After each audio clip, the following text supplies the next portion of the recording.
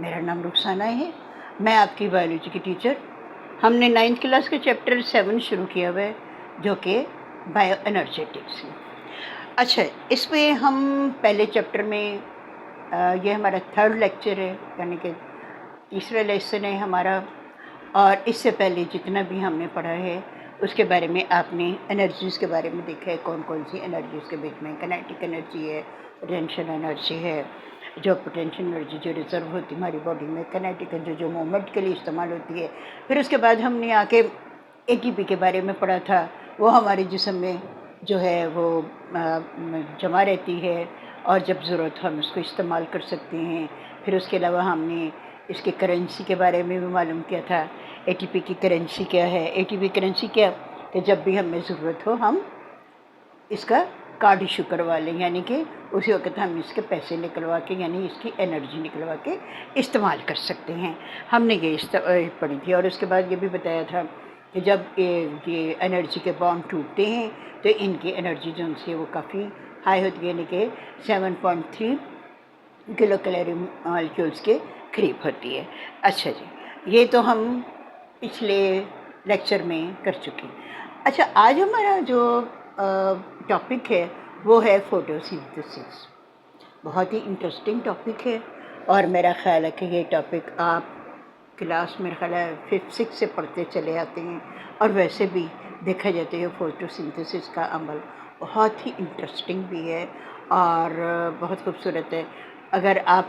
جا کے باہر دیکھتے ہیں ہم اپنے ارد گرد فوٹو سنتھسس کے عمل سے ہی، تو یہ ساری دنیا کی رونق ہے۔ دیکھیں آپ، کیونکہ طرح طرح کے پودے ہیں، طرح طرح کے کلرفل پودے ہیں، اور ان میں طرح طرح کے فروٹس ہیں، اور یہ ساری چیزوں کو جب دیکھتے ہیں تو اللہ تعالیٰ کی قدرت کے اوپر